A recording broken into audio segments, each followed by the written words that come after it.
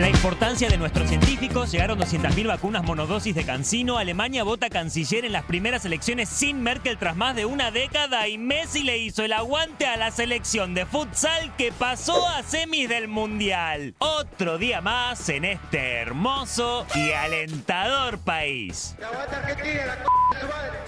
Argentina tiene un largo historial de idas y venidas con sus científicos. El viernes pasado se cumplieron exactamente 27 años de la frase del aquel entonces superministro de Economía Domingo Cavallo, que mandaba a los científicos a lavar los platos en respuesta a la titular de IDAES, Susana Torrado, que se expresaba sobre el aumento de desempleo. Y me nombró a mí, era el objeto de los platos o de la lavadora de platos era yo. Mucha agua corrió debajo del puente hasta la creación del Ministerio de Ciencia y Tecnología en 2007 y la presentación del programa Raíces en 2008, que repatrió una gran cantidad de científicos argentinos en el exterior. Yo soy uno de los que se tuvo que ir. Me fui a hacer ciencia a otro lado porque en el año 2002 en la Argentina era imposible.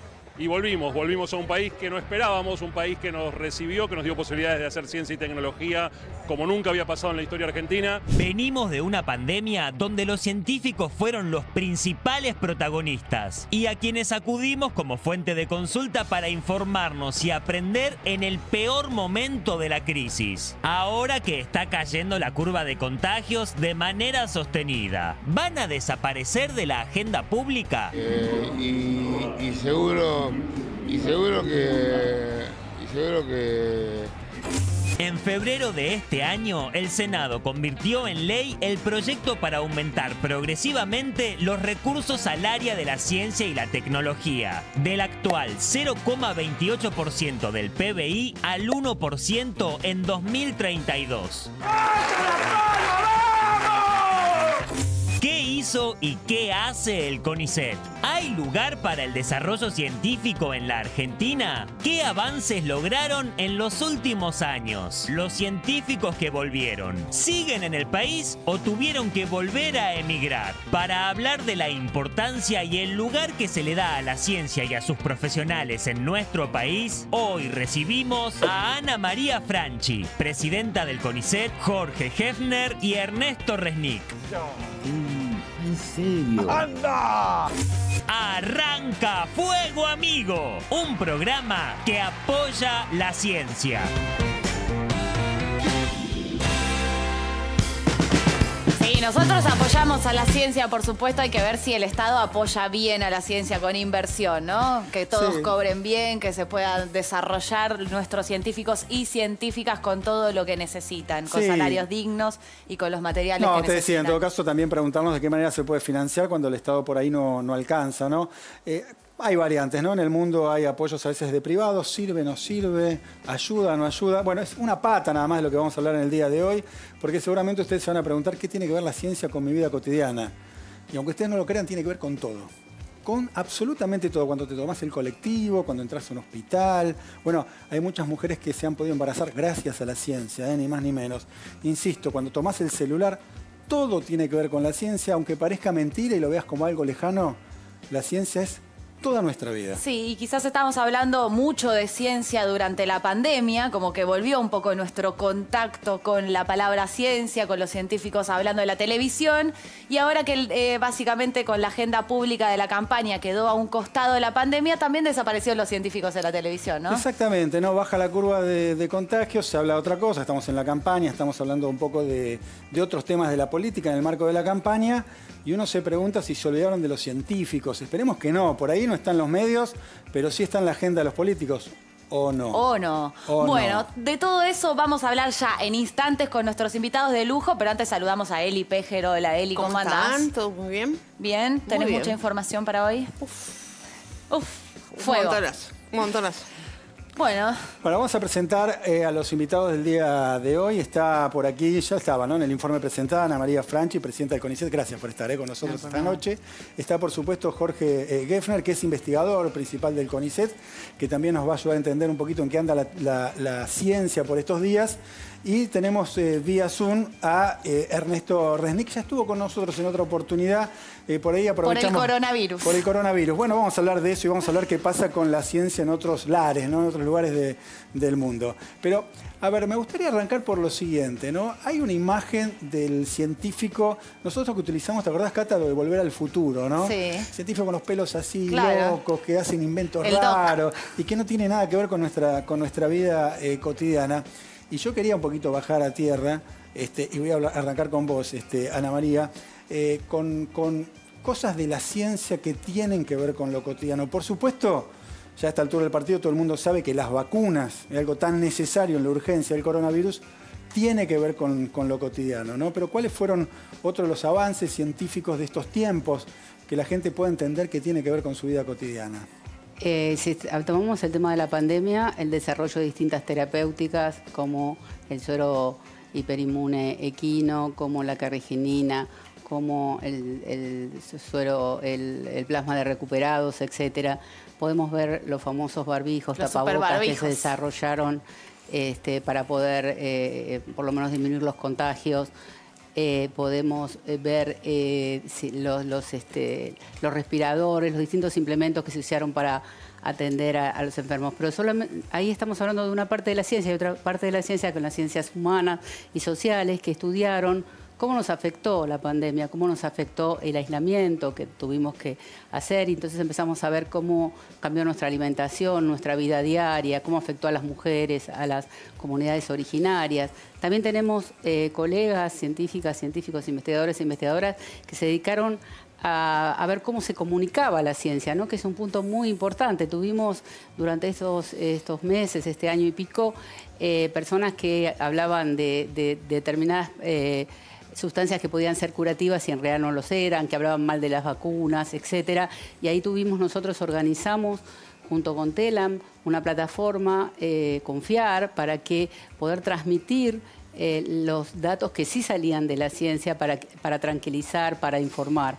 Para todo eso estuvo la ciencia. Y esto hablando solo de coronavirus, ¿no? Pero desde que tomamos un teléfono, vamos al cajero automático, como decías vos, tomamos un colectivo, las nuevas energías, las formas que comemos, los nuevos materiales que utilizamos para hacer prendas de vestir, pero también que utilizamos en la medicina, etcétera. La ciencia y la tecnología atraviesan cada vez más nuestra vida de todos los días. Y ahí quiero entrar, te pregunto a vos, Jorge, y después a Ernesto, por fuera del COVID, digamos, y de los desarrollos que hubo durante la pandemia, ¿qué otras fortalezas en este último tiempo de la ciencia argentina podemos destacar, ver, que quizás no estamos nosotros como acostumbrados a mirar y que está bueno contar y difundir?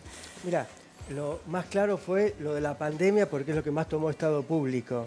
Pero si vos agarrás cualquier patología, cualquier enfermedad, una enfermedad oncohematológica, cáncer, diabetes, hipertensión, en el terreno de salud, hay investigadores colaborando con gente en los hospitales, haciendo proyectos, desarrollando nuevas drogas, desarrollando nuevos tratamientos, y eso por el lado de las ciencias biomédicas, que es donde vengo yo, implementando nuevas formas de hacer diagnóstico, tratando de hacer un diagnóstico mucho más preciso. Es decir, muchísimo en el área de biomédicas, muchísimo en el área teórica y de las ciencias básicas.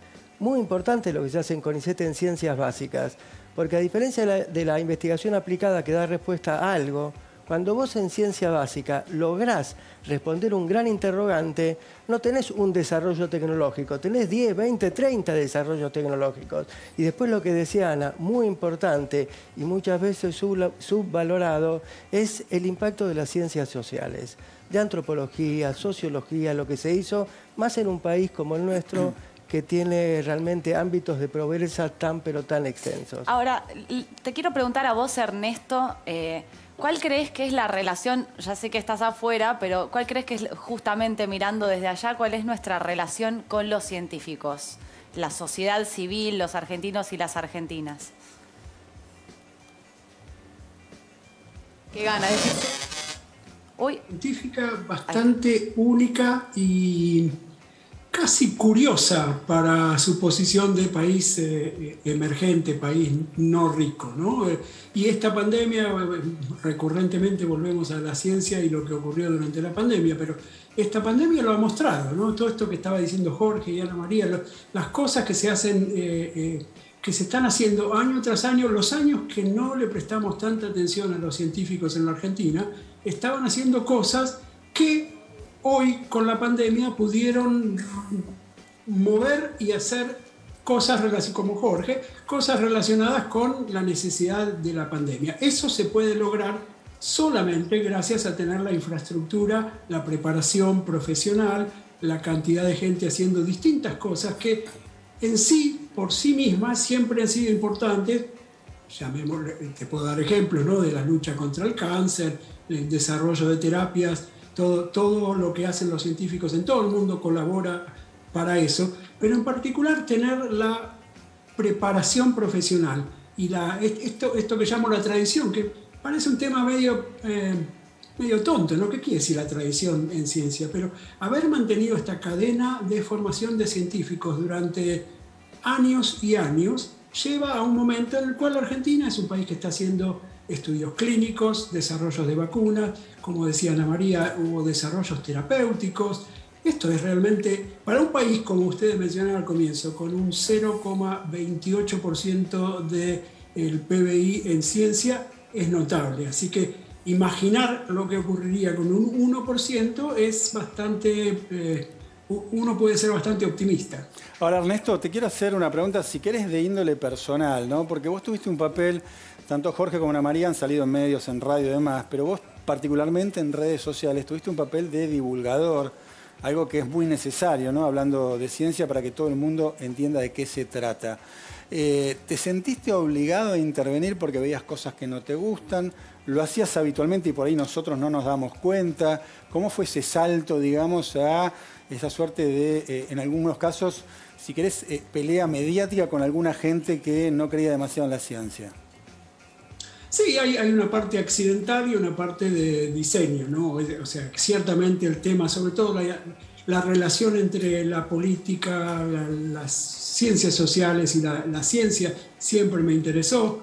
La parte accidental es que, bueno, yo trabajo en una compañía que en enero de este año, del año pasado, mira, ya no es este año, del año pasado se vio ante la necesidad de decidir, bueno, ¿qué hacemos con todo esto? ¿Qué va a pasar con esto? Esto es una pandemia que se va a terminar como todas las anteriores que se han terminado en un par de meses, o va a ser algo importante, serio, y tenemos que desarrollar... Bueno, todo eso me metió en el tema desde temprano, desde fines de diciembre, desde el comienzo de la pandemia en China, y entonces comencé a comunicar lo que iba viendo, lo que iba sabiendo, porque una de las cosas que uno notaba en el mundo, ¿no? Era que se estaba menospreciando lo que podía ocurrir, ¿no?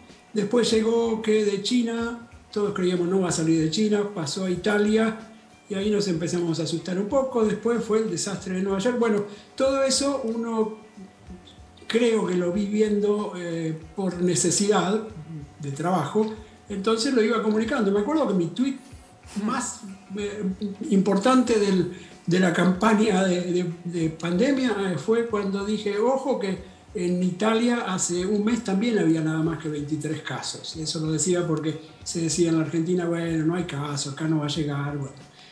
Así que ha sido un poco accidental, un poco me gusta el tema. Y después... Y ahora sos un influencer. Espero que no tanto, pero bueno. Sí, se dio así. Realmente no lo busqué, esa parte no la busqué para nada. Ahora, ¿qué fue pasando con la ciencia? Yo le pido al director si puede poner una tapa vieja, de página 12.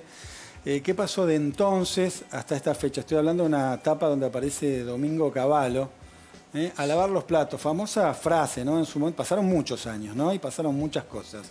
Yo les quiero pedir una suerte de raconto desde entonces hasta ahora, qué fue pasando con la ciencia en términos de financiamiento, sobre todo, ¿no? Porque queda claro que en aquel momento la ciencia quedaba relegado a un tercer, cuarto, quinto, sexto lugar. No le interesaba porque era un gasto, ¿no? Para Domingo Cavallo era un gasto, no era una inversión. Te pregunto a vos, Ana María, ¿en qué situación está hoy la ciencia? En términos de financiamiento, de apoyo del Estado, decíamos recién, ¿no?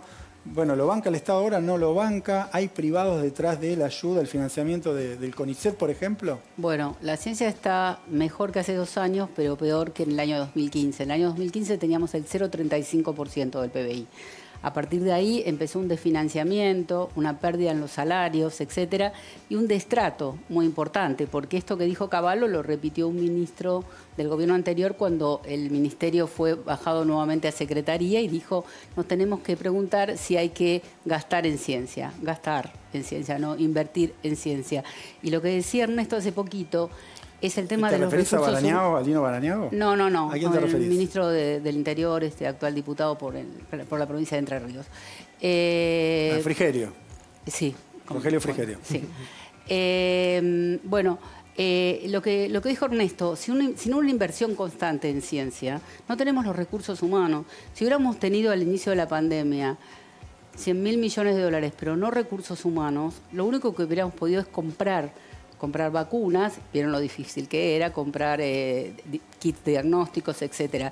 El sostenimiento de una comunidad científica es fundamental y cualquier país lo entiende porque no hay desarrollo, sobre todo desarrollo autónomo sin una comunidad científica. Actualmente tenemos, como ya se mencionó, una ley de financiamiento que nos permite pasar ya del 0,28 al 0,31 el año que viene y seguir aumentando hasta tener 1% en el 2032. Entonces, estamos un poco mejor, no lo suficientemente bien, pero estamos en una etapa de recuperación de la ciencia. ¿Y qué efecto pueden tener otras de las iniciativas que ha aplicado el Estado en los últimos tiempos? Por ejemplo, el año pasado, en octubre, la sanción de la Ley de Economía de Conocimiento, ¿no? Porque también plantea incentivos. Absolutamente, son incentivos de inversión hacia la ciencia y la tecnología. Lo que dice esta ley de financiamiento habla solo de del financiamiento estatal nacional, porque aparte vienen las inversiones de las provincias y por supuesto de los privados. Y lo que mostró esta pandemia también es lo virtuoso de la colaboración público-privado, porque casi todos los productos que vimos en el mercado, los kits diagnósticos, los barbijos, etcétera, etcétera, hay toda una investigación que fue financiada por el Estado, que fue realizada por científicos del CONICET, de otras instituciones de ciencia y tecnología,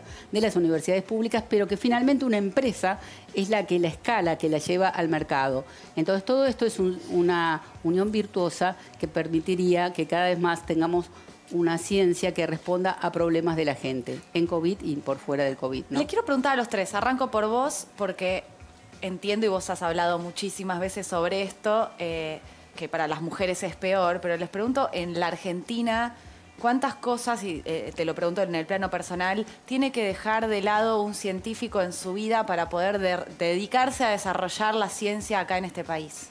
Bueno, hay cosas que se dejan de lado, otras que dedicarse a la ciencia, la verdad que es un placer para muchos de nosotros. Pero por supuesto, sus salarios no son como un salario que podría tener una empresa privada, claramente. Una dedicación importante. Ustedes saben que un investigador en la Argentina puede solo tener un cargo docente, no puede hacer otras cosas en equivalente. Entonces, bueno, es una dedicación muy importante. ¿Cuál es el salario promedio de un científico? Y un joven que se inicia, que es la categoría más baja, en mano debe estar con unos 100.000 pesos, un poco más. Pero un joven que se inicia ya como investigador, pasó 5 años de doctorado, una beca doctoral está ahora en octubre la vamos a tener en 80.000 pesos en la Ciudad de Buenos Aires. Después un postdoctorado, antes de su carrera universitaria. O sea que cuando yo estoy hablando de alguien que se inicia, estoy hablando de una persona que ya de 35, claro, 40 años que tiene 15 años de formación, ¿no es cierto? Bien. Y ahora te lo pregunto en el plano personal, porque también entiendo, no debería ser así, pero es lo que nos pasa, y entiendo que la ciencia quizás es uno de los lugares también más fuertes, que siendo mujer te tuviste que hacer un camino, y eso implica algunas cosas que... Por supuesto que siempre se dejan de lado, por suerte las nuevas generaciones dejan menos cosas de lado, las anteriores a nosotras, sobre todo las mujeres, han dejado su vida familiar de lado. La Argentina es particular, la Argentina tiene más mujeres que varones dedicadas a la ciencia y la tecnología, cosa que no pasa en los países europeos ni en Estados Unidos. El tema es dónde están las mujeres, que en general están en las categorías más bajas, del CONICET, de las universidades. O sea, los puestos altos en la ciencia no están todavía hoy para las mujeres. Todavía no tenemos igualdad de oportunidades, tenemos todavía seguir trabajando con temas que las mujeres se tienen que ocupar, los cuidados de mayores o de menores, etcétera, todavía están bastante en la sociedad, no solo en la ciencia, a cargo de las mujeres. Y la llegada, sobre todo, a los cargos de gestión sigue siendo muy difícil. Fíjense que en las universidades el 60% de los estudiantes son mujeres, pero tenemos solo 12% de rectoras. O sea que llegar a los cargos de gestión, tanto en las universidades como en los organismos de ciencia y tecnología, todavía es muy difícil para las mujeres. Deuda pendiente. Jorge, ¿tu experiencia? No, yo creo que hacer ciencia es algo fabuloso. Es algo fabuloso. En términos generales, por fuera de la pandemia, es que vos cada día llegás al laboratorio, te juntás con tu gente y decís qué nueva cosa tenemos hoy. Vos llegás con una incógnita todos los días al laboratorio. ¿Cómo decidiste ser científico? Digamos, ¿cuál fue el clic? ¿Lo El recordás? clic, sí, bueno, yo dejé de estudiar terminando la secundaria durante 5 años y entonces mi duda era en ese sentido, hacer medicina, que me hubiera encantado también hacer medicina, o hacer investigación básica. Pero querías vos, no era un mandato familiar. No era mandato familiar en ese sentido. Mi familia era bastante liberal y podía elegir. Podía elegir, encima como empecé a los 23 años, tuve más tiempo de pensarlo. Pero una vez que elegís, dejás otras cosas de lado. ¿Qué absolutamente. dejás de lado? Bueno, primero que la dedicación a la investigación, como decía Ana, es full time. Y cuando hablamos de full time, es full time. ¿Cuántas horas podés estar? Vos decís, llego copado, maravillado siempre que hay algo nuevo, pero ¿cuántas horas podés estar obsesionado ahí con algo? Muchas horas. ¿Cuánto es mucho? Muchas. Y si estás dirigiendo un grupo de investigación, entonces vos tenés tus propias preguntas y además estás dirigiendo gente, vos estás llegando. Tipo lo que hago yo lo hace muchísima gente. Vos llegas a las 8 de la mañana, 7:30 y te vas a las 8 de la noche. Es decir, estás trabajando. ¿Y la familia 12 horas acompaña? por día. Bueno, yo ahora, digamos, en un momento fue más complicado. Ahora mis hijos no me dan bola, así que no tengo problema porque son hijos grandes. Pero es fabuloso el hecho de eso. Y también retomamos una cosa que decía Ana y Ernesto también. Marzo del 2020. Ya sabíamos que venía la pandemia en la Argentina. Como ejemplo nomás, nuestro instituto, que es un instituto del CONICET en la Facultad de Medicina, que hacía HIV, SIDA e inmunología básica. Nos juntamos y decimos, tenemos que cambiar. Tuvimos que abortar todos los proyectos de investigación para empezar a hacer cosas que jamás habíamos hecho. ¿Qué era eso? Hacer diagnóstico, hacer desarrollo de kits. Como decía Ana, en esa época no es que no teníamos kits propios, no podíamos comprar los kits que no eran propios de otros países, porque todo era succionado por Estados Unidos y por Europa Occidental. Entonces había que desarrollar, entonces reformulamos todo. Y te cuento una anécdota y con esto corto. Hicimos un llamado, porque para hacer diagnóstico, porque el país en ese momento hacía 300 hisopados, no 100.000 como ahora, 300, y los hacía solo Mabrán. Teníamos que trepar. Hicimos un llamado, un mail en general a todos los conocidos, amigos, etc. Lo escribimos a las 10 de la noche. ¿Quién venía a colaborar? Porque necesitábamos más gente, mucha más gente. Mandamos un mail y respondieron en 8 horas 400. Chicos, jubilados, profesores, investigadores, es decir, hubo un muy fuerte compromiso desde el principio para colaborar. Y la verdad que la respuesta fue emocionante. Así nomás. Y en tu caso, Ernesto, ¿cuál es tu relación en tu vida, las cosas que dejaste, las cosas que elegiste, lo que te apasiona de la ciencia? Bueno, dejó el país, ni más Sí, ni menos. además, dejó el país, tal cual. Por la ciencia, ¿Qué? ¿no? Precisamente, porque quería hacer algo que, bueno, en alguna de las crisis cíclicas de la Argentina no se podía hacer en la Argentina. Me vine pensando que me volvía a la Argentina a los 4 años o 5. Y bueno, después la vida te lleva por otros lados. ¿Dónde estás ¿no? exactamente, Ernesto? Contá a la gente dónde estás, exactamente. Estoy en Minneapolis, Minnesota, en el norte de Estados Unidos, en una empresa, trabajo en una empresa, me doctoré acá en Minneapolis, en la Universidad de Minnesota, y ahora trabajo en una empresa grande de biotecnología que tiene pedazos en todo el mundo. Lo que quería decir en cuanto a, estoy totalmente de acuerdo con todo lo que dijeron Ana María y Jorge, lo único que no quiero es dejar la imagen de que para ser científico tenés que abandonar a tu familia.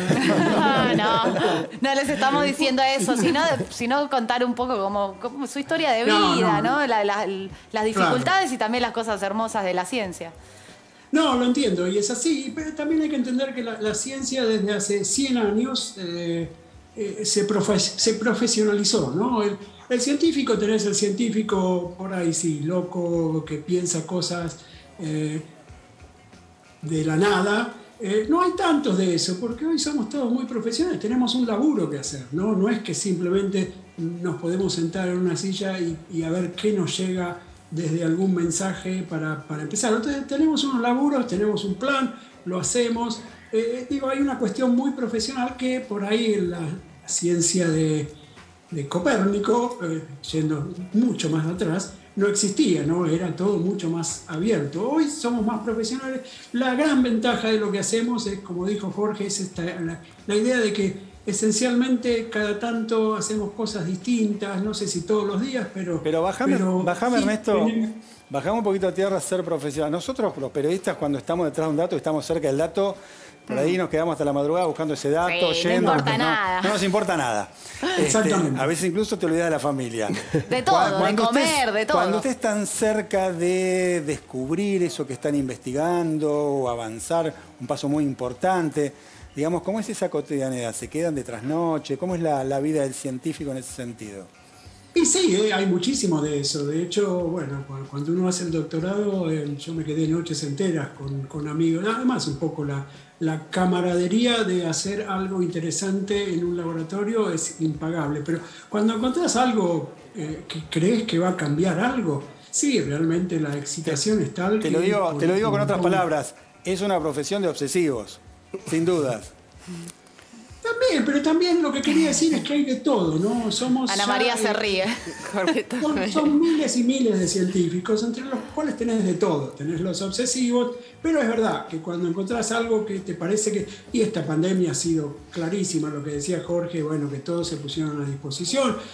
Yo durante los primeros 5 meses de la pandemia dormí 4 horas nada más, porque, bueno, entre mi trabajo y estar pegado a todo lo que venía nuevo, porque había que absorber todo lo que aparecía para ver cómo avanzábamos, en mi caso, en kit de diagnósticos, en anticuerpos monoclonales terapéuticos. Bueno, todo eso, en este caso de la pandemia, se juntó la excitación de hacer algo interesante y que servía, y una cierta militancia médico-científica de, bueno, esto que estamos haciendo le va a servir a la gente. Y les pregunto, quien quiera responder, pero en la pandemia, en estas cosas, cuando empezó, que, no sé, estaba Darío Zeta y decía, van a ver que no vamos a salir mejores, vamos a salir los peores, van a salir peores de lo que están, los mejores, mejores de los que están. Pensando en la cooperación entre los países con los avances científicos, ¿cómo lo evalúan ustedes en términos de solidaridad, de cooperar, básicamente? Y fíjate que hubo una pelea por las vacunas bastante complicada, y que hay montones de países que no tienen vacunas aún. Así que yo creo que lo que mostró esta pandemia es la importancia de tener ciencia, desarrollo tecnológico nacional, porque eso es claramente soberanía. Como dijo Jorge, al principio no podíamos comprar los kits diagnósticos, no podíamos comprar los insumos para desarrollar nosotros los kits diagnósticos. Hay países que tienen vacunas para 4 veces su cantidad de habitantes y África está 2% vacunada.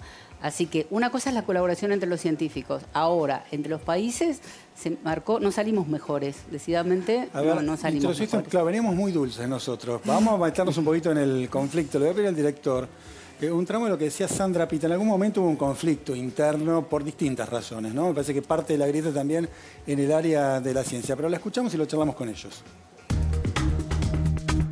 Entonces, muchos me dicen, mira, si ganan los Fernández, una me dijo, me voy a tener que ir, nos van a mandar a todos a un gulag.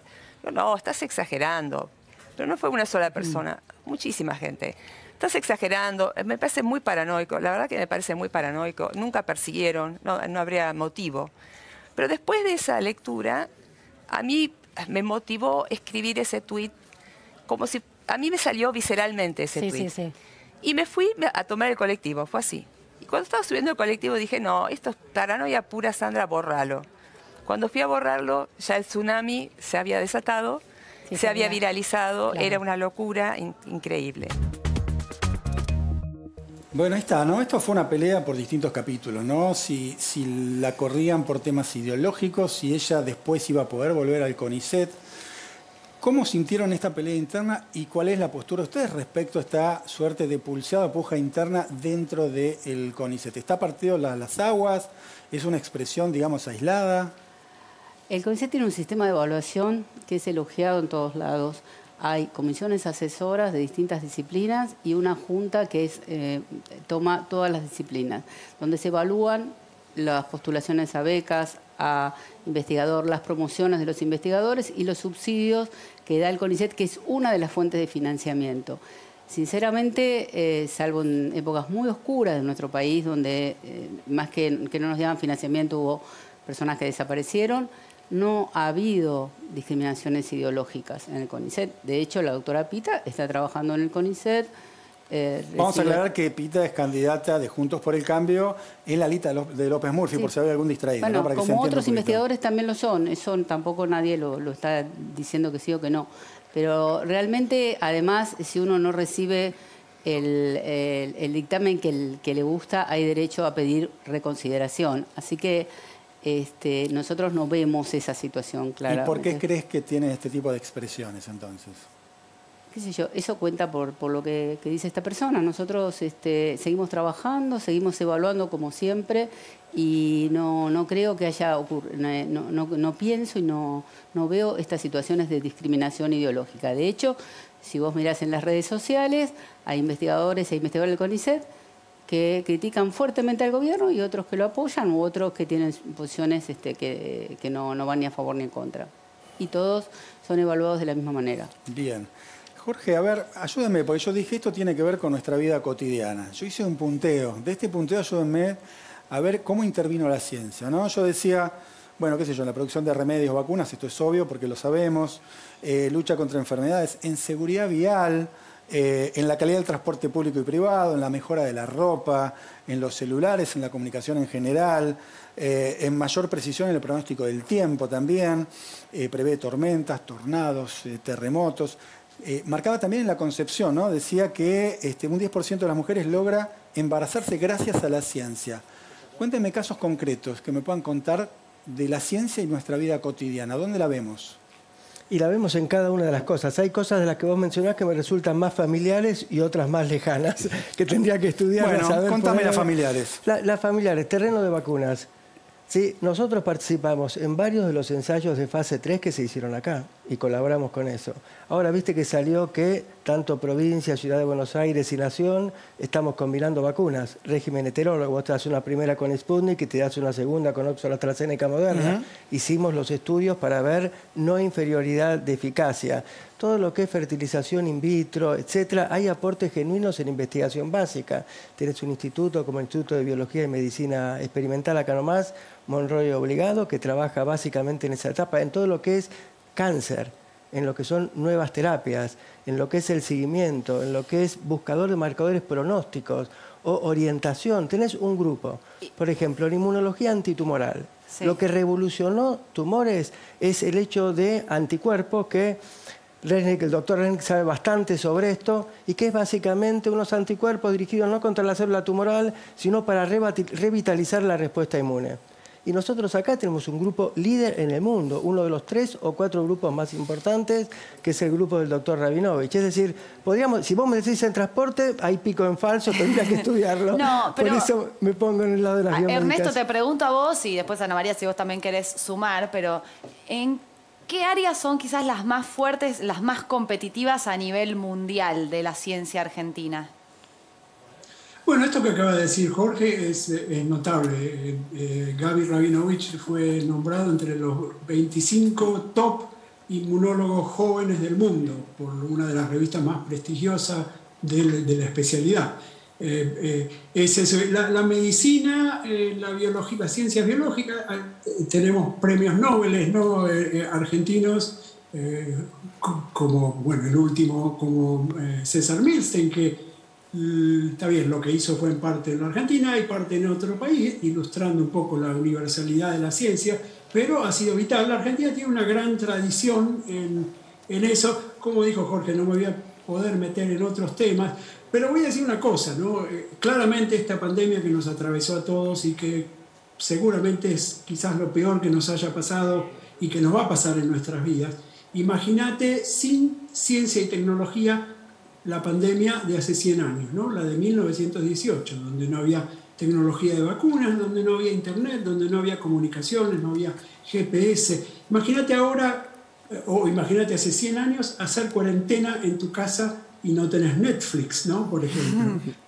Todas esas cosas son pequeñas cosas. Hoy, antes hablaba de la profesionalidad de la ciencia. Creo que hoy en día hablamos de ciencia y tecnología como una cosa junta, porque la ciencia, lo que descubrimos en ciencia, enseguida se traslada al uso práctico La inmunología tumoral es uno de los casos notables, recibió el Nobel hace un par de años, es el uso de la invención de César Milstein, ¿no? Anticuerpos monoclonales, eventualmente usados como terapia, como si fuera el equivalente. Hasta hace poco solamente podíamos desarrollar pastillitas con un compuesto químico determinado que tiene problemas de todo tipo. Los anticuerpos monoclonales son muy superiores para eso. Bueno, eso lo podemos hacer ahora. La Argentina, yo creo, y también tiene que ver, voy a mezclarlo con la parte de industria, lo que decía Ana María, que es una de las cosas notables por ahí de la Argentina, es esta capacidad incipiente por ahí, o no tanto, de la colaboración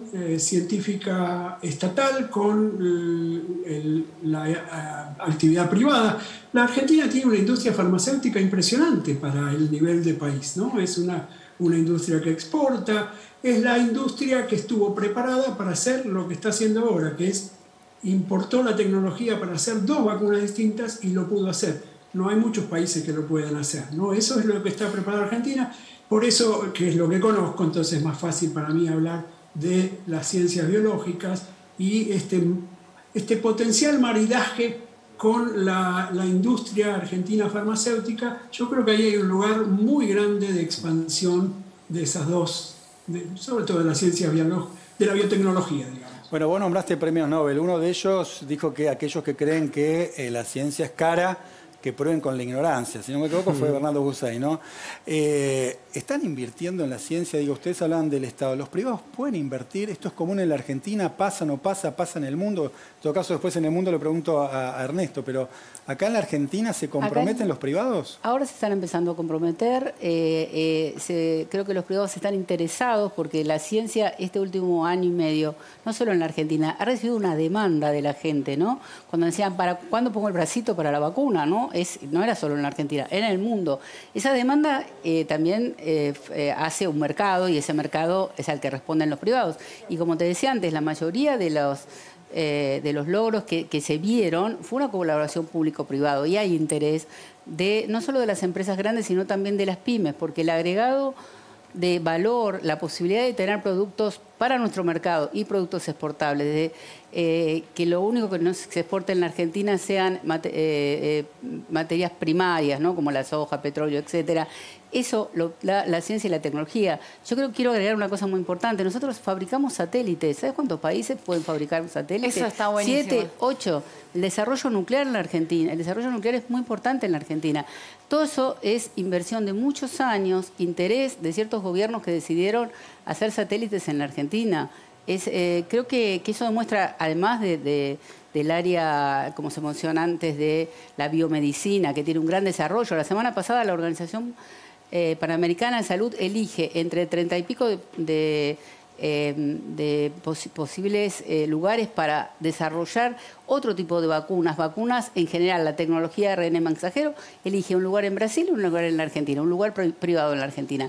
Entre 30 y pico de posiciones que se ofertaron.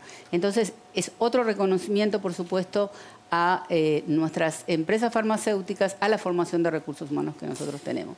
La inversión de los privados empieza a ser, tienen que ser más, tiene que ser, pero hay que tomar en cuenta que en todos los países los grandes desarrollos los financia el Estado. Luego los privados van a llevar ciertos descubrimientos al mercado, a la gente. Nos quedan 50 segundos, así que apelo a su solidaridad y brevedad para que cierran esta nota, este bloque, esta conversación que tuvimos con ustedes tres de la manera que quieran.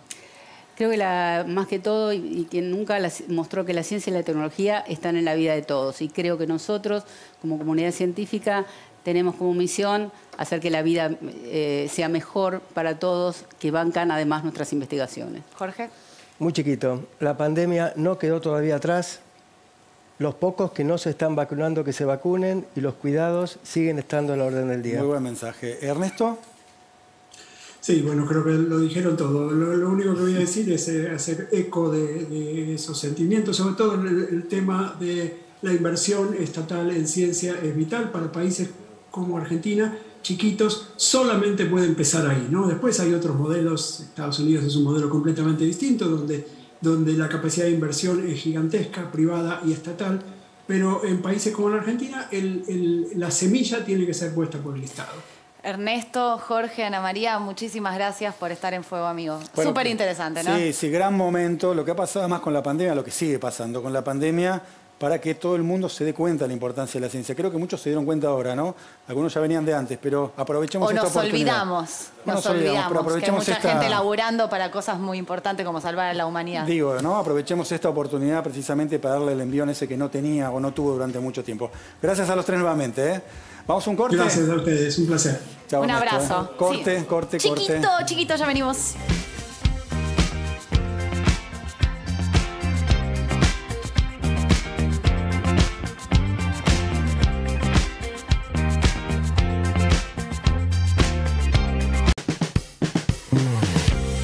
Todo lo... Bien. Bueno, No podemos, no, sí. No, el tema es que no hay un podemos programa al aire. contar todo lo que hablamos en los cortes, Schurman, porque si no... Pero la que va a hablar ahora es Elizabeth Berger, que te viene con todo, ¿eh? Formación política de último momento, con un personaje también del momento, Eli. Sí, en realidad yo no vengo con todo. El que viene con todo es Milei. Ah, sí. Porque se ve ¿Qué que pasó? con el 13, casi 14% que sacó de votos en Capital, ya quiere ser candidato Está a presidente. empoderado.